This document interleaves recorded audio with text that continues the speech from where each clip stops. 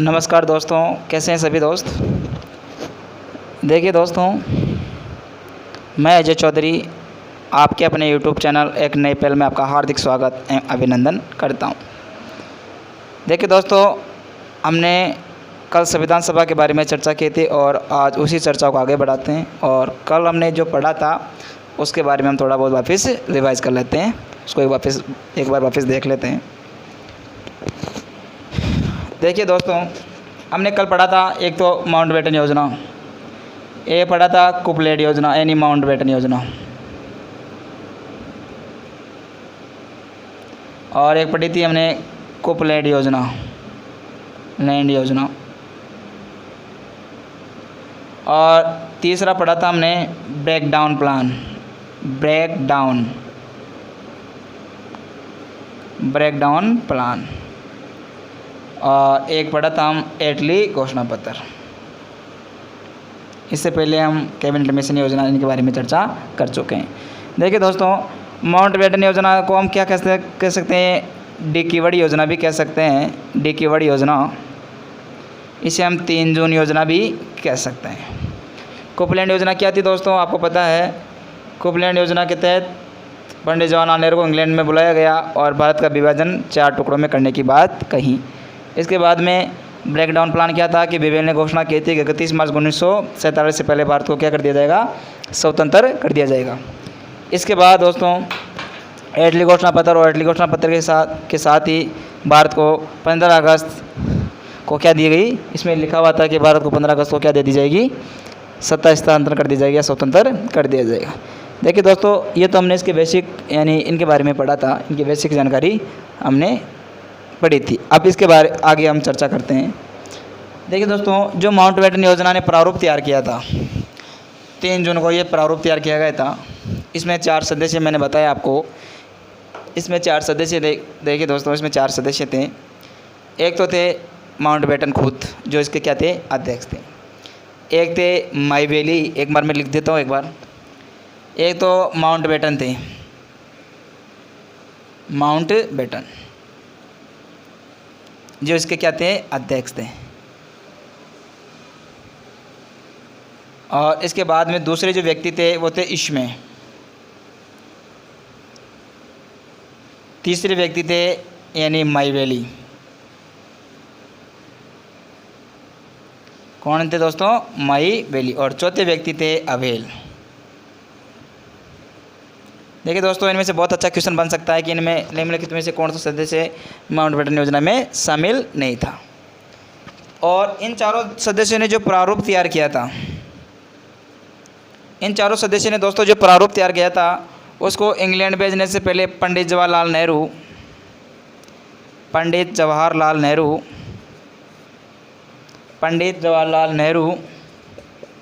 व मोहम्मद अली जिन्ना को दिखाया गया। मोहम्मद अली जिन्ना को दिखाया गया। देखिए दोस्तों, हमने पढ़ा माउंटबेटन योजना में 4 सदस्य थे। एक माउंटबेटन थे, एक इश्मे थे, एक माईवेली थे और एक अवेल थे, और जो माउंटबेटन का अध्यक्ष था, जिन्होंने जो प्रारूप बनाया इसे इंग्लैंड में भेजने से पहले पंडित जवाहरलाल नेहरू और मोहम्मद अली जिन्ना को बताया गया। अब चलते हैं दोस्तों, इसके आगे हम बात करते हैं दोस्तों बीपी मेनन की। बीपी मेनन, देखिए दोस्तों, बीपी मेनन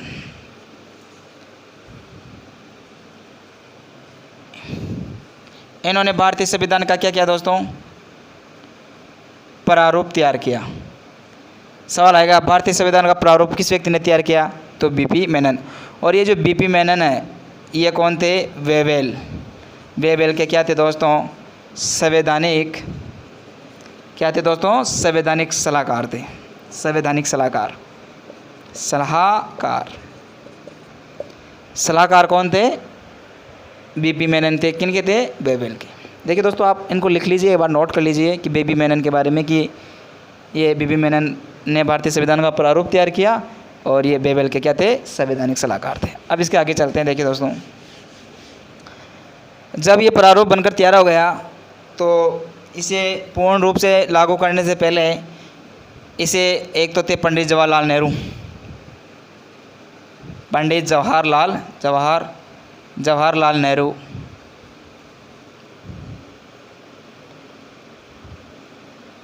पंडित जवाहरलाल नेहरू। दूसरे व्यक्ति थे बलदेव सिंह। और तीसरे व्यक्ति थे मोहम्मद अली जिन्ना।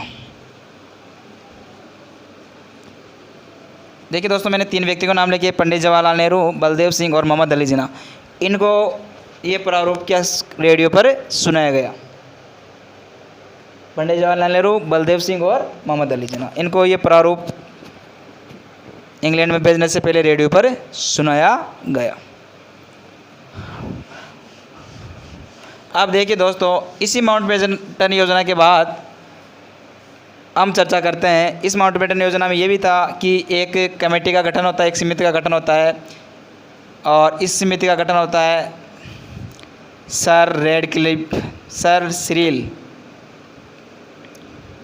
Cyril Radcliffe. इनकी अध्यक्षता में एक कमेटी का गठन होता है, और इस समिति में 2 तो सदस्य थे मुस्लिम लीग से शामिल। 2 सदस्य किससे शामिल थे दोस्तों? मुस्लिम लीग से। और 2 सदस्य थे यानी कांग्रेस से।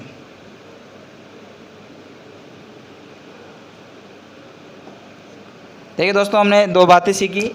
सर सिरिल रेडक्लिफ की अध्यक्षता में इस कमेटी का गठन होता है। इसमें 2 सदस्य मुस्लिम लीग के थे और 2 सदस्य कांग्रेस थे। देखिए दोस्तों, इस समिति का मुख्य कार्य क्या था?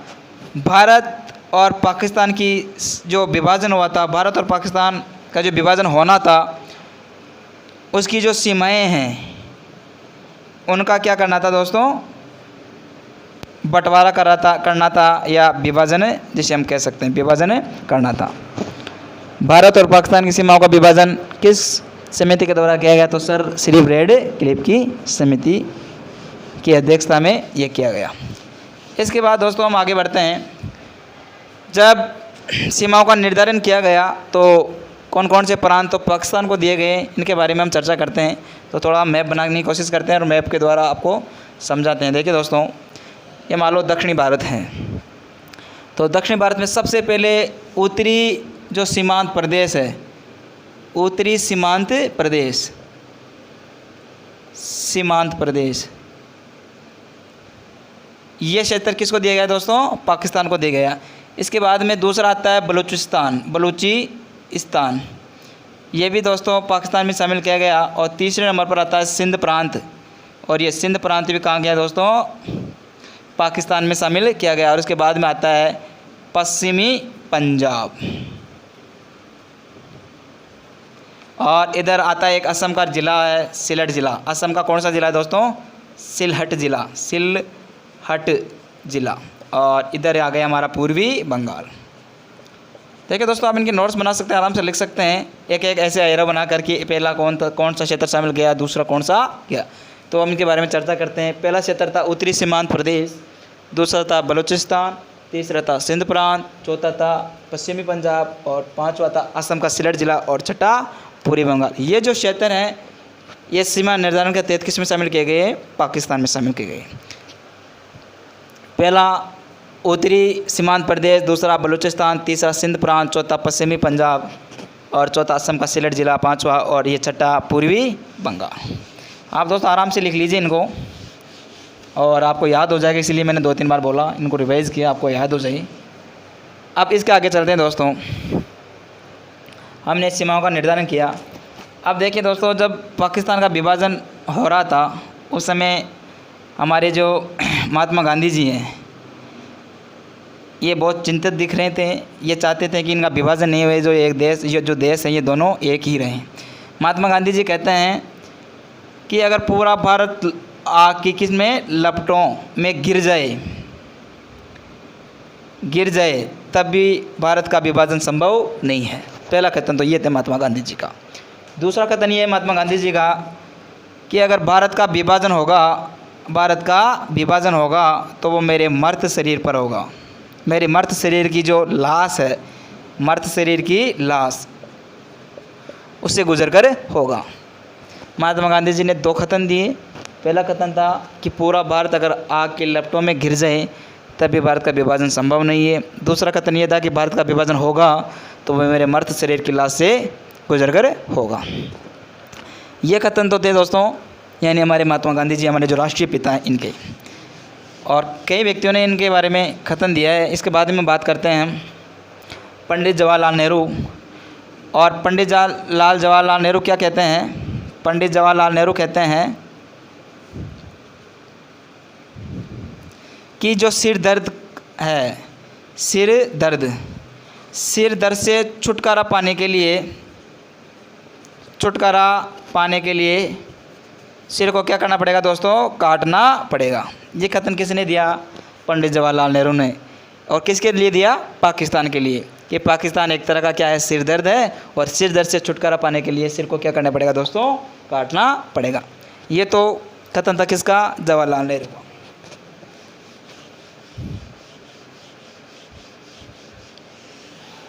इसके बाद में तीसरे व्यक्ति आते हैं गोविंद वल्लभ भाई पंत।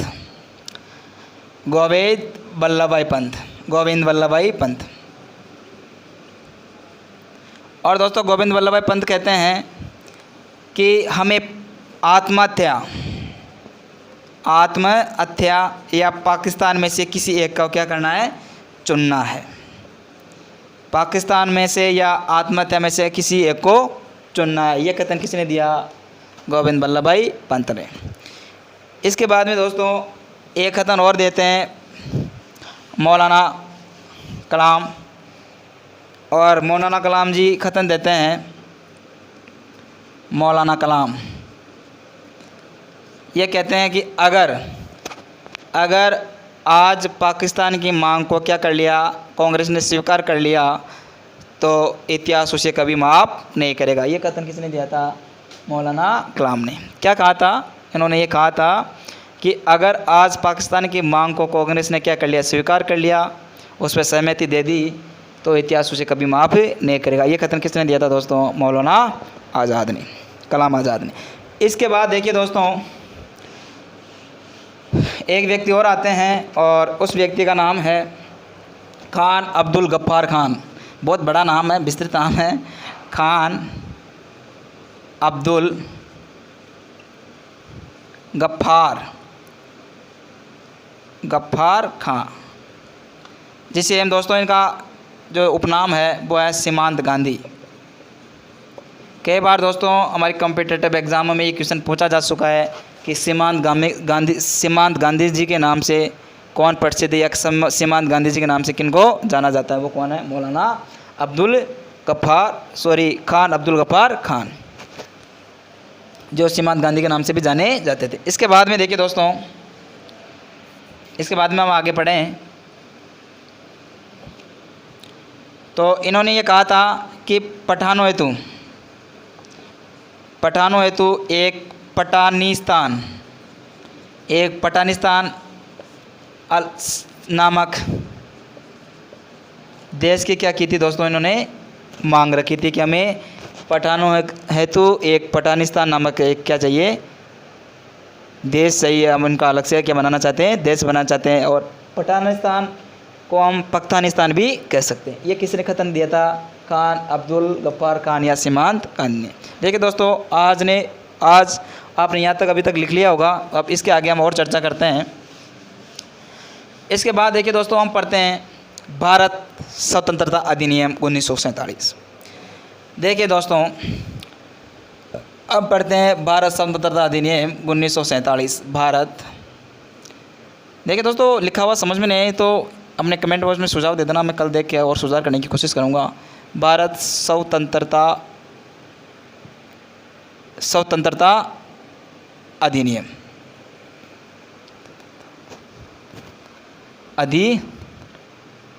भारत स्वतंत्रता अधिनियम। देखिए दोस्तों इसको आपको समझ नहीं आ रहा, दोबारा लिख लेंगे, प्रयास करता हूँ। स्वतंत्रता अधिनियम।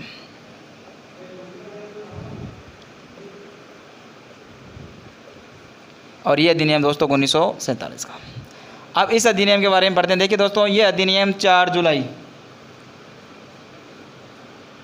4 जुलाई 1947 को ब्रिटेन की संसद में इसे क्या किया जाता तो रखा जाता है, और ब्रिटेन की संसद इस पे विचार विमर्श करके इसे 20 जुलाई को क्या करती है मित्रों, पारित कर देती है। 20 जुलाई 1947 को इसको पारित कर देती है। देखिए दोस्तों, हम भारत स्वतंत्रता अधिनियम के बारे में पढ़ रहे हैं 1947 के। 4 जुलाई 1947 को ब्रिटेन की संसद में रखा गया, और 20 जुलाई 1947 को इसे क्या कर दिया, ब्रिटेन की संसद ने पारित कर दिया। अब इसके बाद में आप लिख लिए होंगे इसको, और इसके बाद हम चर्चा करते हैं इस अधिनियम में कौन कौन सी बातें लिखी हुई थी, इनके बारे में हम एक एक से डिटेल से इनके बारे में पढ़ते हैं। देखिए दोस्तों, इस अधिनियम में कुल 20 धाराएँ थी। 20 क्या थी दोस्तों, धाराएँ थी, और इन 20 धाराओं में लिखा हुआ था कि 14/15 अगस्त को क्या कर दिया जाएगा, 2 अधिराज्यों के रूप में, और 2 अधिराज्य थे, एक तो भारत, दूसरा पाकिस्तान। 2 अधिराज्यों के रूप में भारत व पाकिस्तान को क्या कर दिया जाएगा, स्वतंत्र कर दिया जाएगा। इस अधिनियम में दोस्तों 20 धाराएँ थीं, और इन 20 धाराओं में लिखा हुआ था कि 14/15 अगस्त को 2 देश हैं, भारत व पाकिस्तान, इनको क्या कर दिया जाएगा, स्वतंत्र कर दिया जाएगा 14/15 अगस्त की मध्य रात्रि को। अब इसके आगे हम चलते हैं दोस्तों, इसके बाद हम आगे बात करते हैं।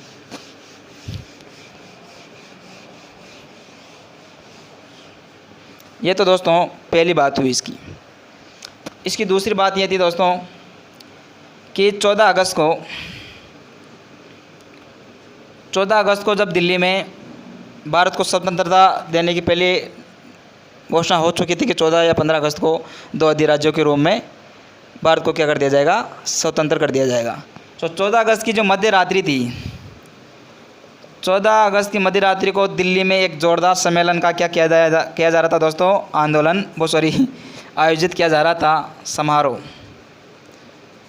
जोरदार समारोह का क्या किया जा रहा था दोस्तों, आयोजन किया जा रहा था। किस खुशी में कि भारत स्वतंत्र हो रहा है, ब्रिटिश जो गुलामी इतने दिनों से सह रहा था भारत, उसको क्या मिल रही है, ब्रिटिश से आज़ादी मिल रही है, वो गुलामी से क्या हो रहा है, मुक्त हो रहा है। इसी खुशी में दिल्ली में 14 अगस्त को भारतीय लोग जश्न मना रहे थे, खुशी मना रहे थे, और एक समारोह का क्या किया था दोस्तों, आयोजन किया था। और इसी समारोह में पंडित जवाहरलाल नेहरू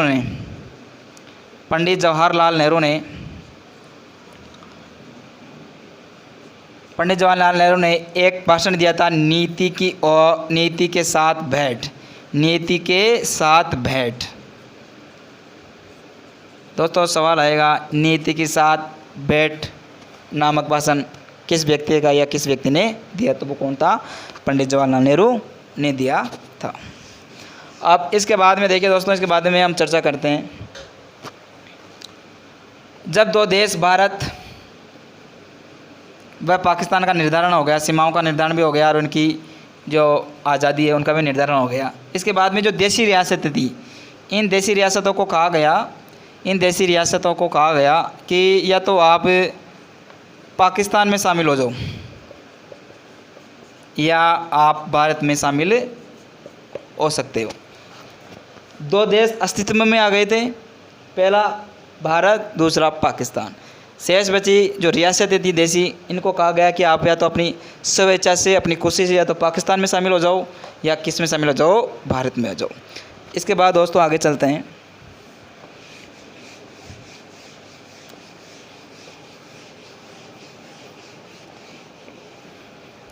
इसके बाद में दोस्तों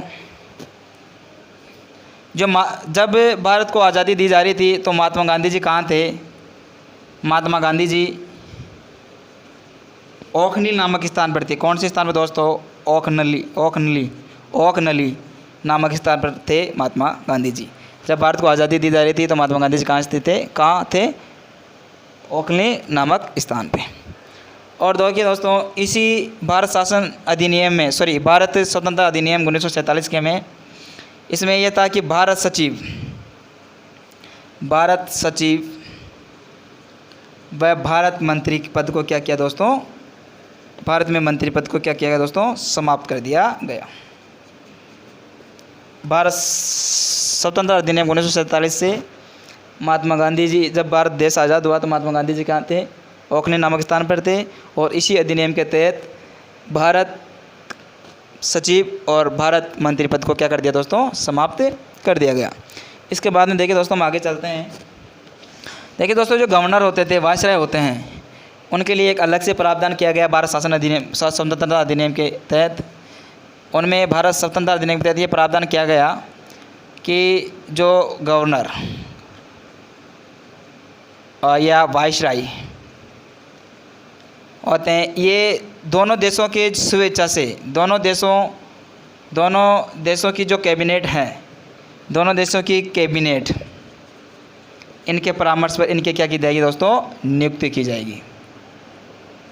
भारत स्वतंत्रता अधिनियम में दो बातें ये और लिखी हुई थी कि भारत सचिव व भारत मंत्री के पद को समाप्त कर दिया गया। और दूसरी बात ये थी कि गवर्नर था, गवर्नर या वायसराय, इसकी जो नियुक्ति होगी वो कैबिनेट, दोनों देशों की जो कैबिनेट होगी उनकी सहमति से या उनसे परामर्श करने के बाद ही होगी।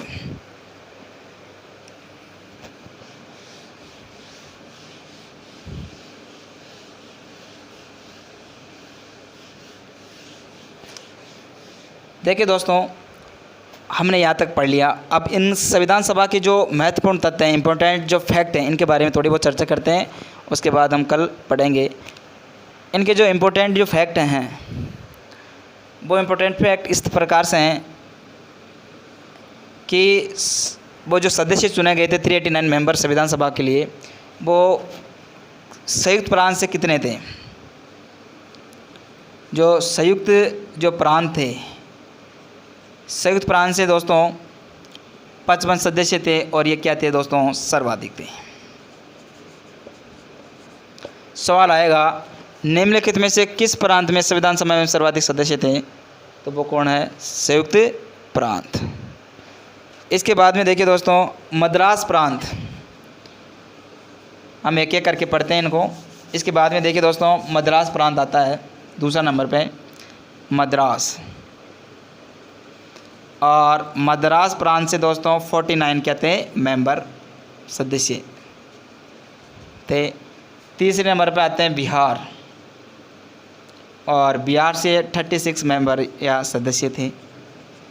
और सबसे कम सदस्य या न्यूनतम सदस्य जिसे हम कह सकते हैं, तो वो असम से थे, और असम से 8 सदस्य संविधान सभा में थे।